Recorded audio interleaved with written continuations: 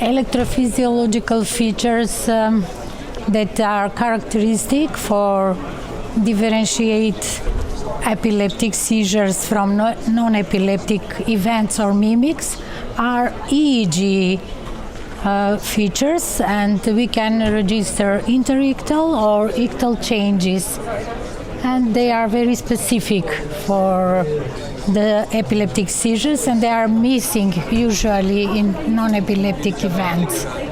But unfortunately, these features cannot be registered every time. They are limited in time or in place. Sometimes we have to make several EEG to detect all the specific features for epileptic seizures.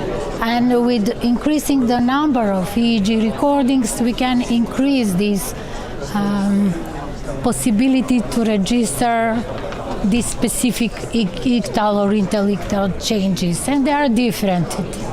It depends on the type of epileptic seizures. And the clinical features overlap sometimes between epileptic seizures and non-epileptic events, and sometimes it is really difficult.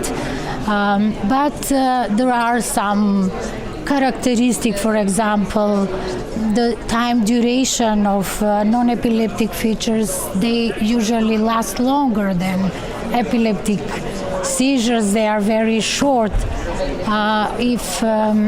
For example, if there are some focal seizures, they may last a very short time, but the period after the seizure may be longer and may be confusing with some non-epileptic seizures.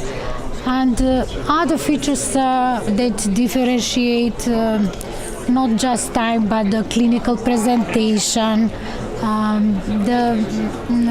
For example, the eye closure, it's characteristic for some functional dissociative seizures, and in epilepsy usually eyes are opened. The patient with functional dissociative seizure is not collaborative, but when we try to open the closed eyes, he tries to close them. So it is something that is characteristic for this type of seizure. But the differences in clinical presentation depends on the type of epilepsy mimics. I was speaking here about functional seizures, but there may be other types, for example, transitory ischemic attacks, or maybe aura in migraine with aura. Usually they last longer, yeah.